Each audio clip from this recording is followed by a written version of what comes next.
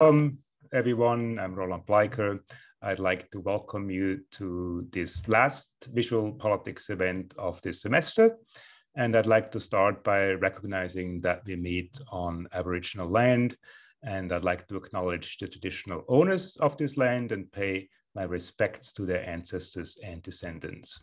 We recognize their valuable contribution to Australian and global society. This is the sixth event this semester in a series of interviews with authors of recent books on visual politics. And we run that a little different than the previous events. On the previous 5 occasions, I've recorded an interview with the authors a few days before, and then we kind of played that interview tonight. Now, tonight we do it differently. This is live. Now, it's not Saturday night and it's not New York, but we are in Brisbane and it's Thursday night. So welcome, everyone. We have 2 absolutely fantastic scholars with us. We have Professor Duncan Bell and Professor Bernardo Zacka. So welcome, Duncan. Welcome, Bernardo.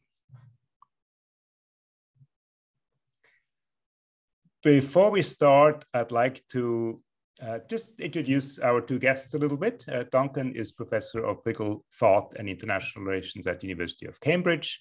He has an incredibly, and most of you would know Duncan's work, an incredibly impressive publication track record, not only just in terms of the quantity and quality, but also of the breadth of his work. His work spans an unusually wide area of inquiries, ranging from his work on liberalism in a famous essay in political theory and the corresponding book, to investigations into the history of empire and order. And I like to mention here 2 recent and award-winning books, one that have all been out recently, Dream Worlds of Race, Empire and the Utopian Destiny of Anglo-America from Princeton University Press, and an edited volume on empire, race, and global justice with Cambridge University Press. I was lucky to collaborate with Duncan on a project about memory and trauma a few years ago. And I remember when I first met Duncan about 20 years ago in Cambridge, he had an interest in the work of G.J. Ballard, the novelist. And in fact, he's retained that, and the chapter in the book we discussed today is about Ballard's contribution to architecture. We also have with us Dr. Bernardo Zacka, who is Assistant Professor of Political Science at the Massachusetts Institute of Technology. He works on various aspects of political theory and ethnographic methods, and he is the author of When the State Meets the Street, Public Service and Moral Agency, published by Harvard University Press. He has an incredibly impressive track record of journal articles, including one in the American Political Science Review. He's currently with the Wissenschaftskolleg in Berlin, or in fact, he's currently joining us from Italy, and Duncan is joining us from the UK. Now, we're here to discuss Duncan and Bernardo's new book, Political Theory and Architecture, an absolutely fascinating read, and also an unusual read, of course, especially for us people in political science. We have with us some architects as well, John MacArthur and colleagues.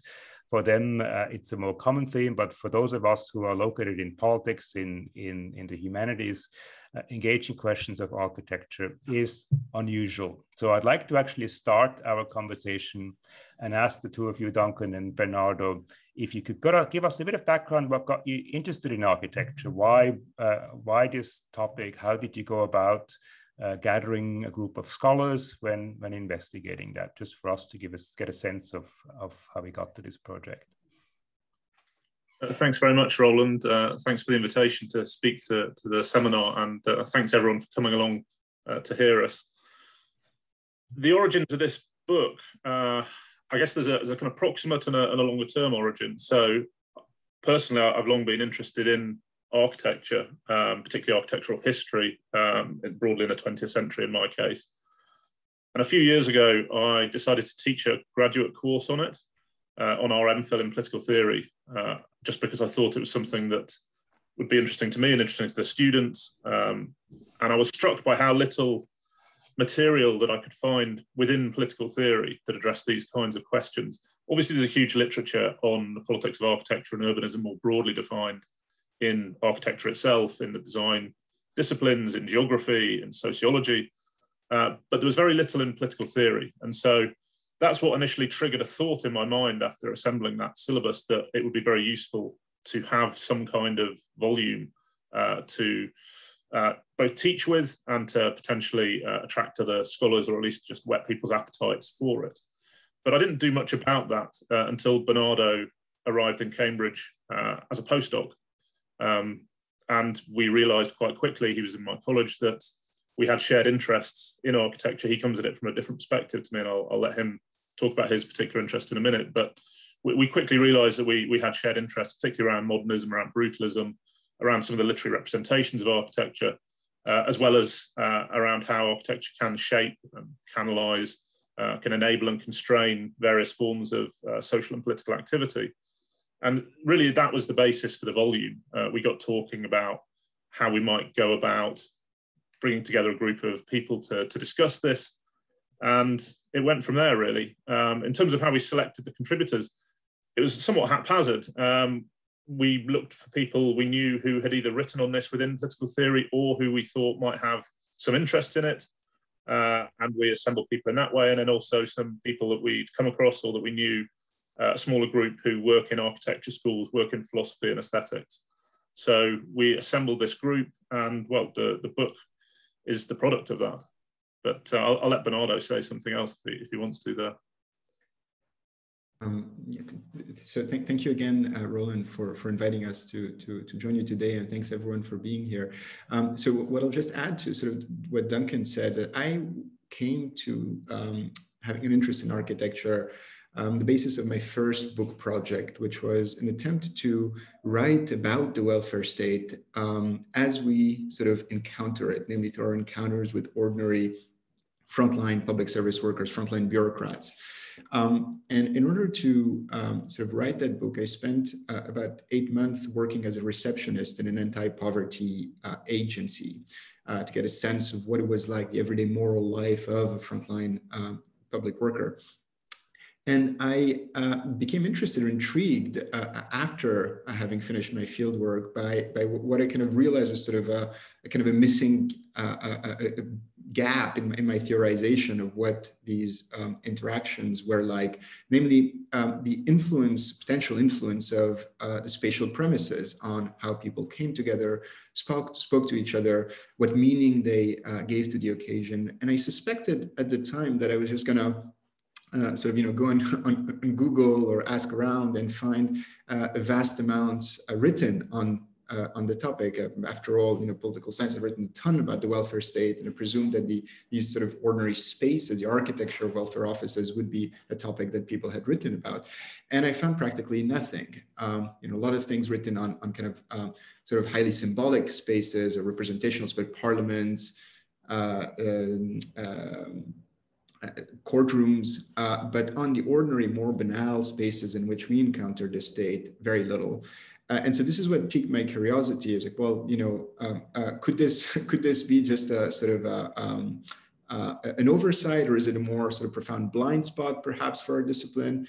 And I got, I was at Cambridge at the time, and with Duncan, we started sort of talking about architecture, and we also had the sort of lucky privilege of being in a city that has, with the colleges, sort of a very wealthy and diverse assemblage of patrons of architecture. So each of these sort of individual colleges kind of design buildings. They've been doing that for hundreds of years.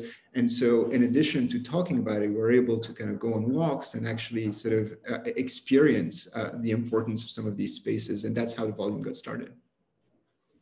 Excellent. Look, I was wondering if you can actually just elaborate a little bit on precisely these dimensions, in the sense that, as I've mentioned, we have some colleagues here from the School of Architecture, John MacArthur and colleagues, for whom, of course, architecture is always critical as a social dimension.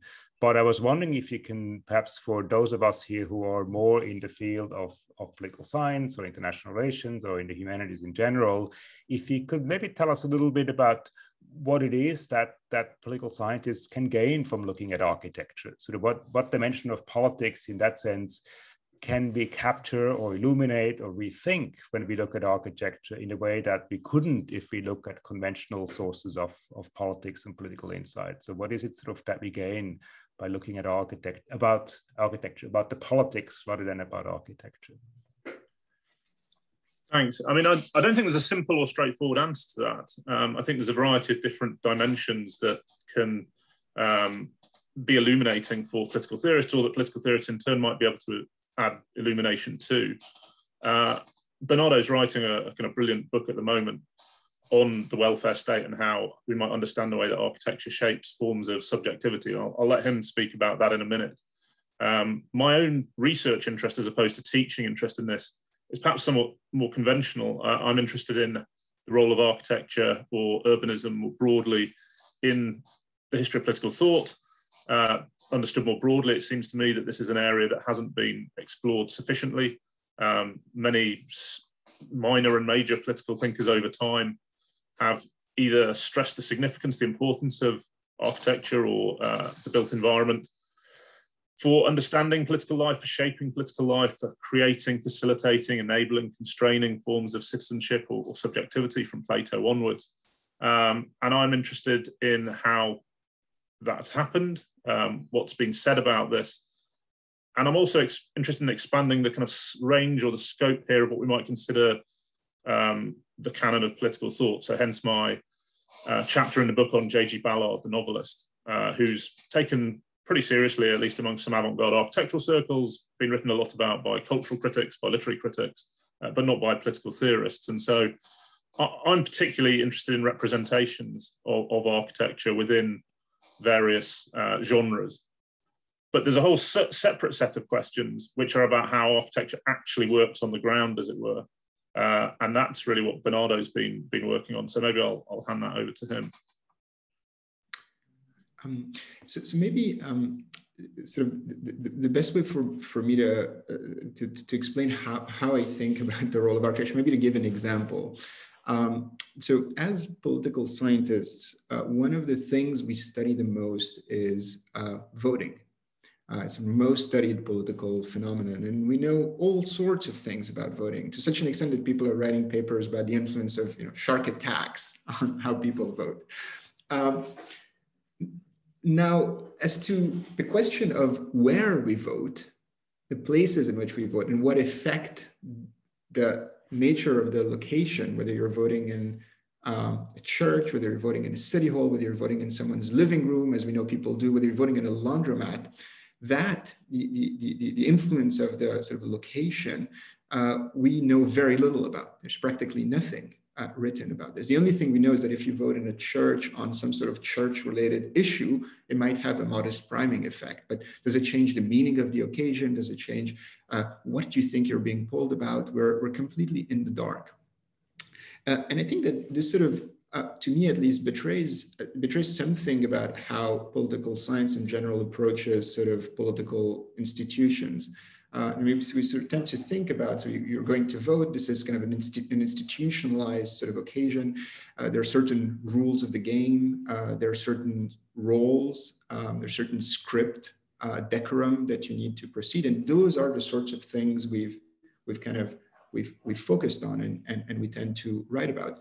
But I think that sort of sociologist Irving Goffman makes an important observation and says that if you want to understand how that sort of interaction between sort of individual beings and an institution will go, it's not enough to focus on the institutional dimensions of the encounter.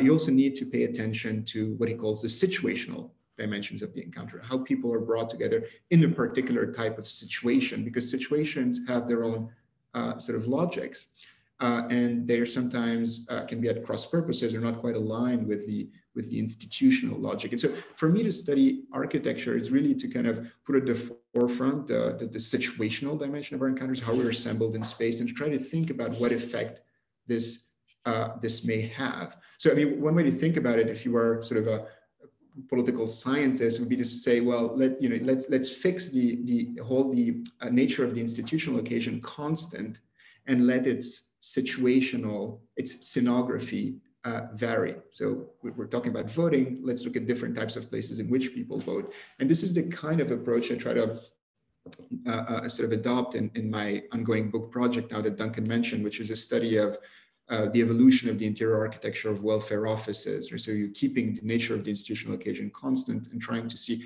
how these places have changed and what that might mean for the nature of the occasion, for how subjectivities are constructed, so on and so forth. I think for me at least, sort of the heart of the exercise is not really theoretical, at least at the beginning. It is really descriptive. The question is sort of how do familiar political institutions, familiar things like the street or welfare office, look if you were to try to redescribe them from the standpoint of the space and try to see how the space itself is sort of reassembling or reconfiguring the positions of the various actors on the set, so to speak. So in this respect, I found the sort of the type of work that sort of Bruno Latour and others have done in sort of field of STS to be quite inspiring, because it leads you to sort of redescribe familiar institutions from a slightly different angle, putting artifacts, in this case architecture, at the center, and trying to see not so much how social forces shape the development of architecture, but rather how kind of an architectural artifact thrown into the world reassembles people around it. Now, one of the aspects that sticks out when reading your book and when sort of addressing the issues that you just elaborated now is that you are quite critical of what you call sort of forms of architectural determinism, sort of the idea that basically architecture is created and then automatically creates new social, new political orders. And there's, of course, a long history of doing that. Soviet constructivism, modernism. I was lucky a long time ago, decades ago, when I was a student in Paris. I spent 2 years living in a building that was constructed by Le Corbusier, the Maison Suisse de la Cité Universitaire. And of course, Le Corbusier is part of that sort of idealist notion. But you say in your book that this relationship is a lot more complex, and we can't sort of look at it as, in some sense, in a constructive causal manner. So I was wondering if you'd like to kind of maybe engage this relationship between the idealism or the kind of determinism, if you want, of architecture and its political reality, perhaps a bit more for our viewers today. Yeah, thanks. I mean, I guess at least in the introduction to the volume, and we can't speak for our contributors, of course, but we try and sketch a kind of middle ground between determinism on the one hand, the view that architecture necessarily shapes in certain ways forms of subjectivity, forms of social and political action, the kind of argument that very few people would make today in the design professions, but that was much more common, particularly in the kind of eras of high modernism. Sort of thing, if you read Le Corbusier, you'll find endless claims about how architecture can and should be shaping or changing people's values. That kind of argument goes back a long way, and it exaggerates very significantly the power that architecture can have. It provides it or assigns it a causal role that is not really sustainable, I think. But that can sometimes lead to a reaction which goes too far in the other direction, which essentially is to say that architecture is irrelevant, it's epiphenomenal. It doesn't really matter how things are designed, it doesn't really matter what styles they are, it doesn't really matter what kind of built environment you live in, because it won't have that much impact in the way that things unfold. And we also think that that's an implausible position. So we adopt maybe a rather boring middle ground and suggest that, on the one hand, context specificity is vital. Very generalizing claims about architecture across time and space are going to be problematic. So any investigation into these kind of activities requires some sort of detailed investigation on the ground or in particular contexts. But we do want to suggest that rather than being irrelevant and rather than being fully determinate, the built environment can enable and constrain in various forms. It shapes the way in which people can associate. It can, at least in certain circumstances, trigger particular kind of emotional or evocative responses. There's various things that the built environment can do that social scientists should be alert to, should be alive to, that are of significance. So that's the way that we try and set the volume up. As I say, our contributors, I think, would broadly agree with that rejection of the two extremes, but they themselves will adopt different perspectives, because one of the purposes of the volume, in a way, is to showcase a very wide variety of different approaches to doing political theory and architecture. So it runs the gamut from game theory through to sort of hardcore forms of post-structuralism, with phenomenology in there, with some Foucauldian, some analytic political philosophy. It's a kind of showcase of variety rather than an attempt to bring together people who are already all on the same page and kind of exploring related issues. So yeah, I'm speaking here from, I guess, our perspective. I wouldn't want to put words in the mouth of our contributors. Yeah, I have little to add. In perfect agreement with what Duncan said. I think the main challenge, I guess, you know, from within the discipline of political science is not really the charge of architectural determinism, but more the sort of worry of architectural irrelevance, which takes many forms, as Duncan sort of mentioned. One might be to think that architecture is just a form of embellishment. If you know, so I'm working on welfare offices now. Well, what does it matter how they look? Really, what we only want is for them to function well, go in and out as fast as possible, and that's a good welfare office. And that, of course, is to seriously underestimate the importance of space in kind of setting interpretive frames and coloring the meaning and character of the occasion. So that's, I think, is an excess. But there's other ways of sort of making the charge that I think architectural is irrelevant. So you might think that it's just a form of window dressing, a kind of just a form of mystification, or you might think, as Duncan said, that it's epiphenomenal. And this is something that we find a lot in sort of sometimes Marxist approaches to the study of the built environment, where the emphasis is placed on political economy. If you want to understand how cities look, these are the real forces you need to grapple with, and then what gets built is simply a reflection of these forces. And to that, I think we and I presume most of our contributors want to say, well, that there is no contradiction. You don't need to sort of deny the primacy of political economy if you want to, but just simply to assert that there is a sort of a remainder, and you might think that political economy determines what gets built, but then what gets built begets new forms of sociability and behaviors that aren't quite fully encapsulated in the initial intentions or functional role that architecture is meant to form. So it's that remainder that we try to focus on, and we use almost sort of the provocation of our imagined sort of political scientist colleagues saying architecture is irrelevant as a way to actually have sort of a sparring partner and explain in detail how architecture matters, and that means getting into specificities of a particular context. And so a lot of the essays in the volume are dealing with sort of large questions, but grounding their reflection in sort of specific environments. And this is what I try to do in my own contribution, which is about the balcony in Beirut, and that's where you start being able to sort of fill in the blanks. Look, I think before we hand over for a general discussion, I was wondering maybe if you can just say a couple of words about where you see the future challenges in terms of both research in general on this link between politics, political theory, and architecture, but perhaps in your own work. I mean, Bernardo, you already talked about your work on welfare and architecture, but maybe just a few words on where the major challenges are, and then we'll open up for everyone to come on board and come in with questions and comments. Thanks. I mean, it's hard to assess the kind of general status of it. People we've talked to about this have tended to be interested and enthused. We've come across quite a lot of graduate students working on themes that are related to this.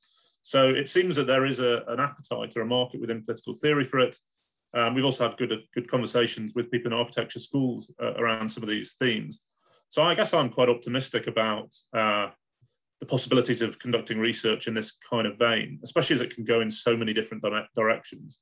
I don't imagine it as a kind of freestanding subfield, but it's very much something that people with different theoretical perspectives, different interests can engage with in various ways. From my own perspective, I'm not working, or at least I'm not doing any research on this right now. I've just finished teaching a master's course again this year, which was extremely enjoyable. I am planning in the future to do some more work on the history of political thought and architecture within it, including reading various architectural theorists as political theorists. So again, trying to expand the corpus of those that we would count as political thinkers. But as I said, Bernardo is writing a book at the moment, very much along the lines he was talking. So you'll probably see stuff from him before you see stuff from me on it. Just to add to what Duncan said, I think one challenge perhaps for political theorists is in studying architecture is the question of sort of the medium. Right? Political theorists are quite comfortable with texts, and to the extent that we're reading sort of writings of architects about the sorts of projects that are the famous architects who actually write books are commissioned to do, then we can deal with this. But when it comes to sort of stepping outside of these projects, look at more sort of banal, ordinary forms of architecture, they often don't quite leave the same sorts of traces. And so then one finds oneself having to speak about the built environment in a way in which we are not necessarily trained to do. How do you decode, how do you describe it? This is sort of, it takes an enormous amount of training to be able to see space and then to be able to kind of write about it. So I think one sort of difficulty is that this worry that one is sort of an amateur by necessity in venturing into this space. And I think that this is something we might need to find ways to kind of overcome, and we were hoping that the volume might showcase some ways of engaging with the built environment that might be fruitful. So I am working on a book at the moment. The book is about how the welfare state has sort of enlisted a design and architecture to try to redeem a social ritual, a trip to the unemployment office to claim benefits that is seen as degrading and stigmatizing. And I try to sort of show that in doing so, the welfare state has sort of adopted architectural idioms from other realms of society, from retail, from coffee shops, from office architecture, and in the process is sort of kind of recoding in a way the nature of the interaction between state and citizen in ways that we are not always very attuned to, given the focus that we tend to have on policy rather than the situational nature of these interactions. Great. So look, thanks very much, Bernardo and Duncan, for giving us some background to your book.